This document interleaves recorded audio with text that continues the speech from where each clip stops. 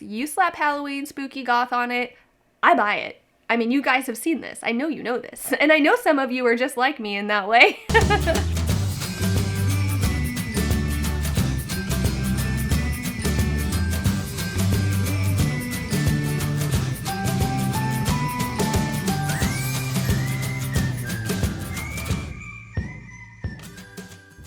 Hello and welcome to Mandobug Crafts, episode 115. What's up everybody? My name's Amanda, but you may know me on the internet as Mandobug, and this is my crafty podcast on YouTube where I hopefully inspire you on your making journey as I share mine. Lately I have been focusing on my crochet design adventures and it's been a ton of fun. It's mostly what I'm going to talk about today, although I also will be talking about spinning and a new to me crochet pattern. So, starting out with something I've learned.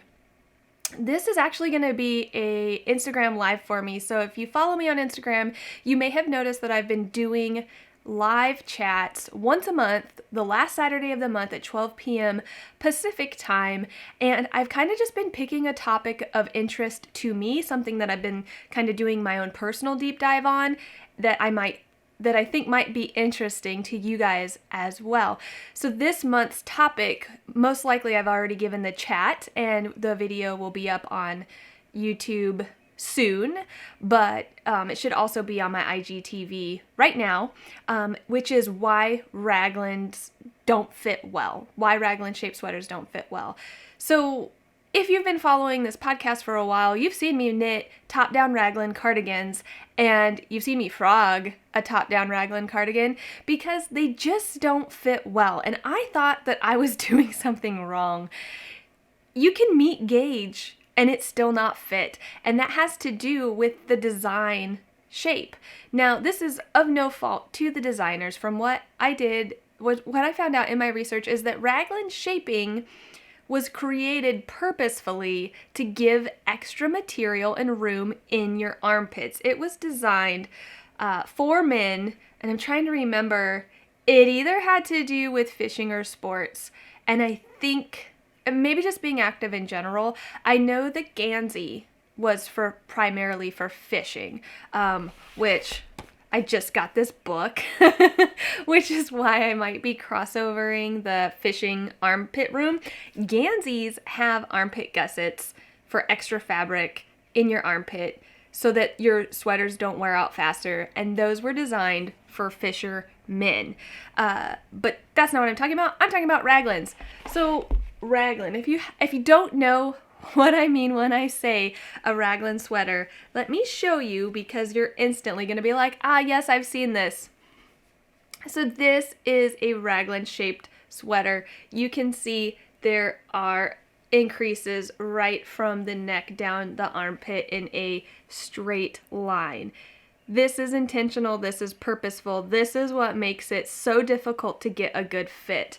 So the reason why Raglan sweaters don't fit well is because our arms, let's see if I can do this, our arms have this shape to them that curves outward down past the shoulders.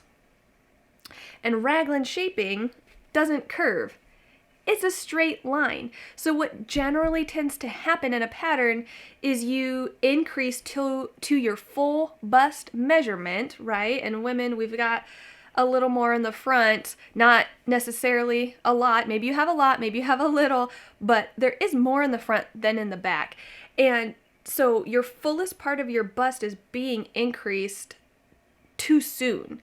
So you're hitting your full bust way out in your armpit hole. And what happens there is excess bunching of fabric. So you'll see this on pullovers where you've worked in the round.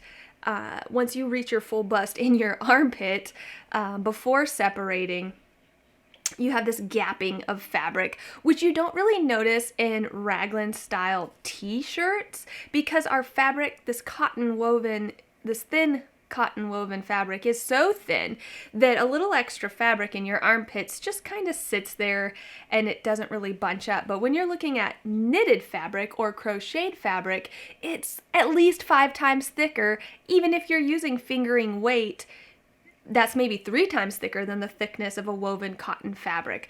So you notice that excess a lot quicker than you do with something like a thin cotton fabric. So that's the first fitting problem. The other fitting problem has to do with your shoulders.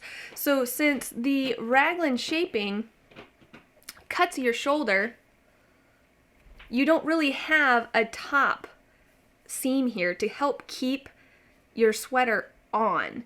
Having a tight fitted crossback will help, but it means you have to modify the raglan shaping in order to get that fit. So in my video, I talk about the 4 common ways that modern designers have modified raglan shaping to keep a top-down or bottom-up sweater seamless, but give you some shaping to your shoulders and or armpit to give you a better fit so that your cardigan doesn't fall off or so that you don't have excess fabric bunching in your armpit. So I will link the IGTV down below, and once I get the edited version up on YouTube, I'll link that down below as well, so you can go check out the full in-depth talk on the trouble with raglan sweaters. And you might be hearing my cat right now going a little nuts. I'm not sure why. Oh, but I did want to share, this is a modified top-down seamless sweater. So it's similar to raglan shaping, but there are modifications to the pattern versus a traditional raglan shape pattern that give it a great fit. So this is the Beekeeper Cardigan by Marie Green, and what you'll notice in the description of this pattern is that she calls it a saddle strap shoulder.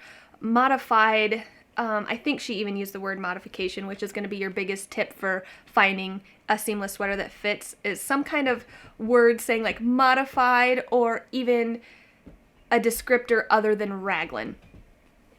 So the little bit of secret sauce to the good fit on this pattern has to do with the shoulders. She holds off on increases until you hit the armpit. So you're looking at a straight line and then that diagonal into your armpit, which gives you a nice snug fit. It's almost the reverse of armpit shaping. But again, I'll have gone into detail about this in my video, so I recommend you check it out. But yes, this top-down seamless cardigan fits me perfectly. It does not fall off my shoulders. I do wish it had more of a front to it, but that's just my general style when it comes to cardigans. I like heavy fabric fronts, but I cannot complain about the fit on the shoulders are flawless. The armpit, well, look at that. I've got something going on here. That's my own doing. Is that armpit hole? I'm gonna go seam that up later. Let's check the other armpit. There we go. Much better. But yeah, seamless shaping. I mean, it's a nice fit in the arms, not too tight, but just right, and that raglan shaping comes right in, snug into that armpit instead of excessively wide with a ton of fabric. And that's what really helps that the lack of increases on the shoulder give you that shelf that you're looking for so that it stays on instead of just wanting to fall right off. So yes, highly recommend this sweater for a top-down seamless sweater. And yeah.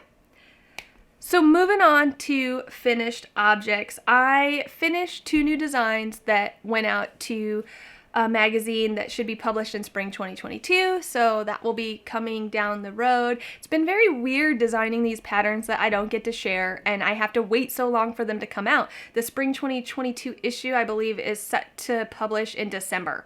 So I feel like that's forever away. So I just have to wait and be patient, but I did submit 2 designs that got accepted, and I sent out the samples to the magazine a couple weeks ago.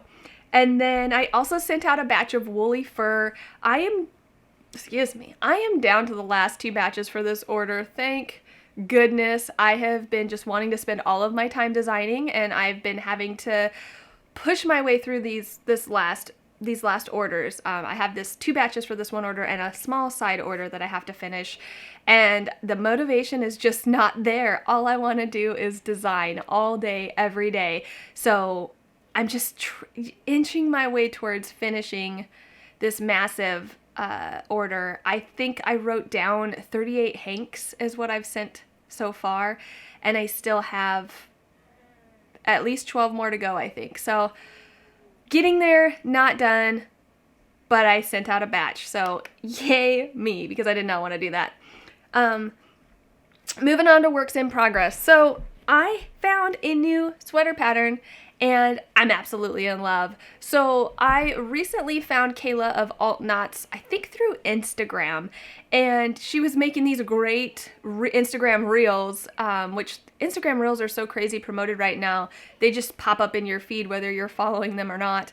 And that's how I found her, and her style is very alternative, goth, classic, spooky, which resonates with me highly. And so I found her channel, and she is hosting a Nightmare Before Christmas cardigan crochet along right now, and the pattern is free during the crochet along, and I think it goes through the end of June is what she said. So I have started and I'm in love, you guys. This is great. So her pattern is a recipe style pattern, so it means you can use any yarn that you want. So there are pros and cons to recipe styles, but in this situation, her original design, how do I describe this? She prefers oversized baggy cardigans, which means they do not have to be fitted, which means you can get away with this recipe style pattern and still have something that you love. And that means you get to use any yarn you want at any gauge you want. And it also gives you a little bit of creative freedom to fully customize that piece to make it yours because it's such a basic shape. This is something that I had to research as well. So I've been doing a lot of research into sweater shapes, common sweater shapes, and common sweater construction, which is why I got that Ganseys book. When I was doing my research for why Raglan sweaters don't fit, I came across several styles of sweaters and advice on fitting. And that's when I found the drop shoulder construction. I've made a few sweaters. I've never made a drop shoulder sweater, which is surprising because it's one of the styles that's recommended for beginner designers and beginner makers because it's very boxy in its shape, but it fits pretty well. So the concept is that your front is your shoulder to shoulder measurements, and that when you, I'm trying to look because my window is in reverse. So let's say you crochet to your shoulder width, right? Let's put our arm out, shoulder width. You drop that shoulder. Do you see where my arm goes? So your front panel drops down into your sleeve, which is why they call it a drop shoulder, which allows you to do it allows you to basically skip your armhole shaping. And this design works best with positive ease. So I was concerned at first when I started this pattern of hers that you use your basic measurements. She'll say, okay, measure your shoulder to shoulder, measure your sleeve length and your body length and all of that. And then you do some very basic math, like your front panel is a third of your back width. Very basic. But I was concerned because there wasn't any mention of ease until I watched her channel, and she talked about how she puts a ton of positive ease into her cardigans, that I was like, ooh, I didn't account for ease because I'm so used to extra hand holding in patterns that I figured, if ease was important, it would be mentioned. So I was concerned that I didn't put positive ease in this sweater and that it was not going to fit, but I kept going anyways because it's a patchwork style sweater. And then I found out that no positive ease in this shoulder to shoulder measurement is fine because of the construction. All this chatting away about the pattern, would you like to see what I've got? I have two very wet pieces. Where's the dry piece? So this is the back panel. So her original design is half and half. The left half is Jack inspired, the right half is Sally inspired, and the left half is black and white stripes. So I didn't have any white in stash, and I was determined to create this sweater from stash using all of the Halloween inspired yarns that I've acquired over the years, because if that's not my shut up and take my money, I don't know what else is. You slap Halloween spooky goth on it, I buy it. I mean, you guys have seen this. I know you know this. And I know some of you are just like me in that way. So this black I had in stash, I had bought a sweater quantity to design a sweater that just never came to be, and I'm okay with that, and it is now in this sweater. I didn't have white, but I had this colorway, which is absolutely gorgeous. This is called Pumpkin Nose. It is Schmutzerella Yarns Dude Base, and Pumpkin Nose was a Zero inspired colorway that she released a couple years ago, and I just had to have it right then and there. She came out with a full Nightmare Before Christmas collection that year, as I think she did the previous year as well, because I remember seeing those two. Like, I know she's had an Oogie Boogie, or like a Sandy Claus inspired colorway, and I think she separately dyed Lock, Shock, and Barrel as well, but that was even more years ago, and that is a tangent. Pumpkin Nose, I'm holding it double. So this is all single crochet. The black is Shopple Wool's Bio Merinos, which is a 90% wool, 10% linen that I'm holding double. It's more of a sport weight, so it's thicker and heavier than the fingering weight held double, but it is all wool. So you'll see, despite it being single crochet, it's got that drape, which is, you know, I wish I had learned about wool when I started crocheting a lot sooner, because I would have crocheted garments instead of learning to knit first. I thought to get a good garment, it needs to be knit. But honestly, to get a good garment, it needs to be wool. There, I said it. Or a high wool blend. It just, there are some synthetics as well that give good drape, but I mean, I'm in love with wool. So anyways, held double. I did have to do 6 rows of the fingering weight held double to equal 4 rows of the black held double, so that my stripes were the same thickness, but it's really easy to do in this pattern because your back panel is a rectangle. So Jack's back half is completed, and I just blocked the 2 front panels yesterday, and they're still wet because I live in the Pacific Northwest. It's been raining a ton here. It's really hard to dry anything at this time of year. So, and I put my dehumidifier away because I thought we had passed the rainy season, and I was wrong. So it's still wet, but here's my front panel that is identical for Jack's side. And then I started, I hope this shrinks because it's longer. You know, sometimes when you block stuff and it's wet, it stretches out and then it shrinks back up. Please shrink back up. This is not even. And I know I did the same number of rows. Anyways, I did Sally's side. So in her pattern, she is making 5" by 5" squares. I modified this just a tad because the front panel for me needed to be a little bit bigger than 5 inches. So I just did squares to the width that I wanted for the front panel. And then I also did these little half squares, these triangles, by crocheting the width of my squares and then just decreasing by 1 stitch on both corners until it turned into a triangle. And for this piece, I just made a piece however long I wanted, and then I started decreasing like a half triangle to get that kind of awkward Sally inspired shape. And then I also added just some polka dot basic circles that I stitched on afterwards. So this has been the most fun to design. Design is not the right word. This has been the most fun to modify her design, but it makes you feel like you're designing by making your modifications. So I did some vertical stripes, some horizontal stripes, and this is all fingering weight held double with the exception of the black, which is that sport weight held double.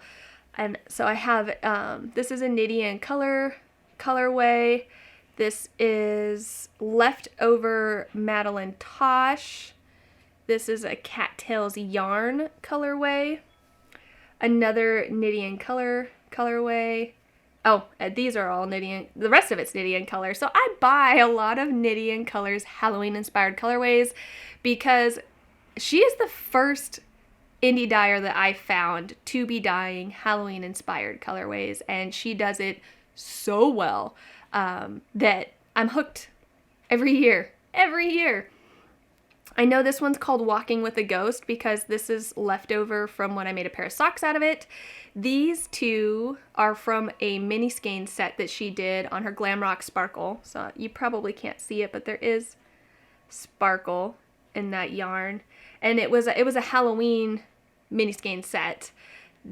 I don't know the name of this one or this one, but I can put it on the screen. Because I just broke into those hanks to make this sweater. So now that I have Sally's front half completed, I need to do her back half and then think about sleeves. I've thought about doing all black sleeves, but I think I'm just going to keep it to like the Mod Podge of a full-on half and half sweater. I think I'm just going to keep patching Sally's sleeves, and I think I'm going to keep Jack's sleeve the same exact striping sequence, although I think I'm going to add shaping. I think I'm going to do an upper arm measurement and a wrist measurement and do some basic decreases so that I have a more fitted cuff because that's what I prefer. So yeah, but I have been enjoying this pattern so much. It's been great to do outside of designing, and also it gives me something to share with you guys while I'm sitting here waiting for my designs to be published. The other project that I'm working on is another design, my secret design, which is Lift Your Spirits, my mystery crochet along for this Halloween, and it is going perfectly. I have been spending a lot of time working on this design in the background here and there. I have sketched it and swatched it and then ripped it, resketched it and swatched it several times. I finally got to a chart that is perfect for what I want. I'm figuring out how the repeats work, but I still haven't solidified the border. But I'm on a timeline so that I give myself 6 weeks to finish this design. So then I'll have 6 weeks for testers to test this design along the crochet along timeline, which then by the time that's over, it will begin. I've got it set to start in September so that, yes, I believe it's the beginning of September, so that the end is the middle of October, but if you do fall behind, you should still have about 2 weeks to finish it before Halloween. So a total of 8 weeks before Halloween, it should come out. I'm planning on having this pattern be free during its mystery stage. So while it's a mystery, it will be free. I just haven't decided whether it's going to be a straight to your inbox pattern or a download on my website, since I'm moving away from Ravelry, which is where I used to host my crochet alongs. You used to be able to go there and download it. I haven't decided if I'm going to do it on my website or if I'm going to do it straight through the newsletter. So I would like to hear your feedback if you're interested in participating in this crochet along. What would you prefer? Would you prefer it straight to your email every week, or would you prefer it downloaded on my website? I still need to do research into what kind of the fees might possibly come along with that, and if I could do it in a way that skips you having to put in a payment option, even though it's a free item. You know how some store checkouts on websites require you to add payment information even though you're downloading a free product? So I still have to do a little bit of research there, but I would love to hear your input on whether you want it to your email or would prefer a download. So this is coming along. I'm loving it so much, and it's been a joy to design. Oh, and I've been releasing like teasers in my newsletter first. So in this month's newsletter that I sent out, I shared the full backstory of like how this pattern has come to be, from me buying the beads and then being given some yarn and then buying more yarn, and how I even knit the swatch first. So if you're interested in like the behind the scenes full story first, it goes to my newsletter first, and then once we get closer to the release date, I'll start sharing that stuff on my website.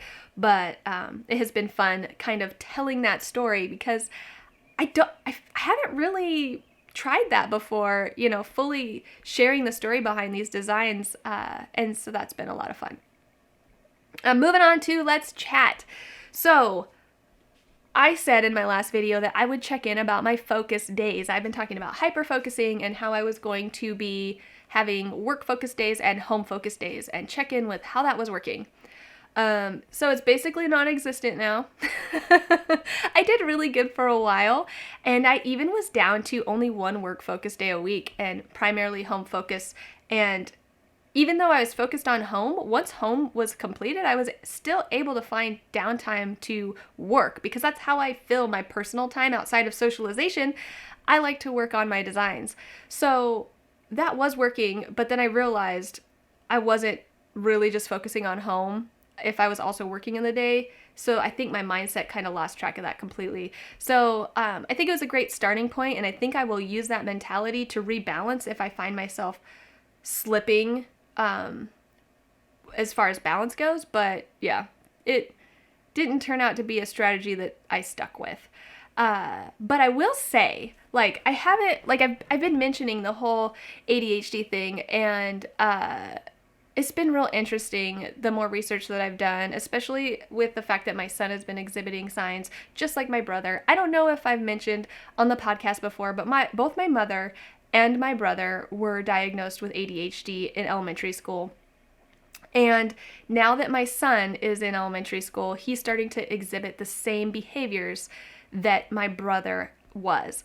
And so I'm going to be working on getting him evaluated this summer so that he gets the support that he needs so that he can thrive in the way that he needs to thrive, right? There is this description of an ADHD brain being neurodivergent versus neurotypical. And I don't think there's anything wrong with that. It just means that support needs to come in a different way because the brain works in a different way. So I've kind of been adventuring that and doing research into that, and it spawned this whole, like, oh my gosh, I'm pretty sure I have undiagnosed ADHD. Not that I think that's a problem, but it's just kind of new, and I'm starting to see, like, how did I miss this whole time?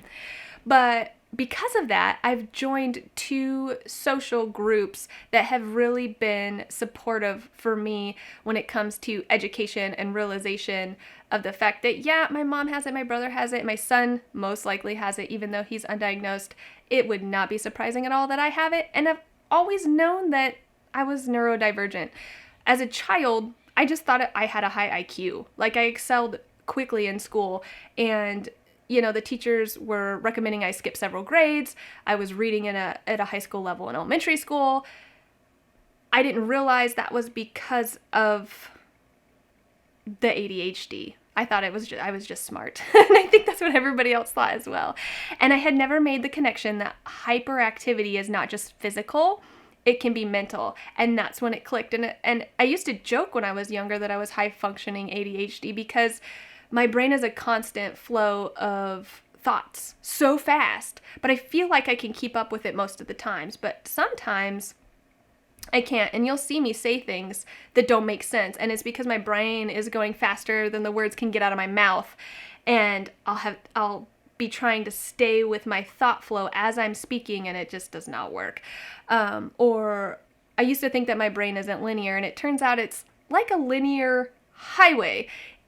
Every thought that I have is connected, but it's moving so fast, it just seems strange. And for me to get from here to here, I can't just go straight because all of these thoughts are going. And yeah, so I've been venturing on. I forgot to mention the groups that I joined. I joined an ADHD female entrepreneur group, and that has been amazing as I've been adventuring into designing my own crochet patterns and knit patterns. Well, I've been doing that for almost 5 years now as a side hustle because I have been making money doing it. I'm not just doing it for fun, and I do want to have a living doing what I love, designing patterns. I know it's possible. That's what I want in my life. So that is what I've been pursuing. And so being in this entrepreneurial group of women with brains like mine has been very reassuring and supportive that, the typical advice doesn't work for you. And when they talk about the struggles that they have, it feels good to know that you're not alone. Like, yes, I have that problem. Like, everybody else doesn't seem to struggle with that. And like, I really struggle with that. Why? And so I've really enjoyed that. And then there's another group as well that I'll link down below. And I don't remember the name of it, but it's a larger, broader group that's not focused on entrepreneurs, but it is focused on women with ADHD. And it's just kind of been great to talk to women and hear their stories, because there's such a wide spectrum of how ADHD shows up in people, and specifically how it shows up in women is not the same way necessarily that it shows up in men, which leaves many women getting misdiagnosed with just anxiety or depression, although they may have that along with their ADHD. And it also leads to a lot of I forgot what I was gonna say, because I realized I need to say, like, I'm not a professional. I am in no place to give anyone advice on if they have ADHD or not. I'm just sharing some of the facts that I've read. So definitely take everything I say with a grain of salt. I'm not a professional. I'm out there learning and reading and doing research. I am not professionally diagnosed. I am self-diagnosed, but I have no motivation to get diagnosed, because it sounds like it's very difficult as a female, an intelligent, school successful female, to be diagnosed with ADHD if you're not exhibiting those physical behaviors, and that it's mostly mental hyperactivity. And if you found coping mechanisms and you mask throughout most of your life, you're just not going to get the diagnosis. And I'm not interested in medication. I'm interested in behavioral coping mechanisms, so I don't feel like it's necessary for me. But I will say I am going to have both of my children evaluated, because if they do have ADHD, which I suspect both of them do, and they exhibit it in different ways, I want to be able to help get them the support that they need to develop in the ways that make them successful in whatever success means to them. I know that's the biggest drawback for me, is I define my own success and I set goals, and you run into these roadblocks of like, how am I holding myself back, and what can I do about it? So it's not about like, oh, so-and-so says this is successful and I'm not that. So no, this is definitely self-driven, self-motivated. So yeah, that is pretty much what I wanted to say about that. I think just sharing my personal life adventures outside of the knitting and crochet, so you guys can get an idea about a little more of who I am outside of the knitting and crocheting. Cheers to that. I'm drinking coffee this morning. It's really good. It's Bones coffee. This is the chocolate raspberry flavor. It's naturally and artificially flavored, which at first I was like, I don't know, because with teas, I'm not a fan of a lot of artificial flavor in tea. But when you think about it, at the end of the day, if you go to Starbucks and you get a caramel frappuccino, like, what are the chances that there's not artificial flavoring in that syrup? Basically every syrup that you're going to get in a coffee at a coffee stand is artificially flavored. So it's really unavoidable if you enjoy flavored coffees or drinks in general. You either got to drink it straight with nothing, or you get artificial flavoring through your syrups, creamers, or in the coffee blend itself. So I bought a variety pack that had this chocolate raspberry in it, but I bought originally the Army of Dark Chocolate, and it is so good. It tastes like Cocoa Puffs in my coffee. I've already gone through my small bag, and I know that I'm going to be ordering more, because out of all of the flavors, it's been my favorite. I also recommend Mustachio, which is a pistachio flavor. It's so good. It sounds weird, but it's delicious. And then Frankenbones, which is a hazelnut chocolate. So good. But yeah, so instead of rambling on and on, I'm going to end this podcast, and I should mention, I think that I'm going to be moving to a more monthly schedule. 2 weeks is my ideal situation, but because I'm still working on bettering my executive functioning and my ability to be consistent, because I hate planning and I struggle to keep in line with my plans, I frequently allow myself to go into these hyper-focused side tangents that distract me from the main thing, and while it's okay sometimes, there is something to be said about consistency. So 2 weeks is my ideal situation, but I'm going to set the goal of 1 month because I feel like that is the most achievable. 1 week in a month, I can set aside time to sit down and share with you what I've been making, and in a month, I will have made something worth sharing. If not, something worth talking and exploring when it comes to the education of fiber arts. So that is all I have for this episode. Until next time, guys, happy crafting. Bye!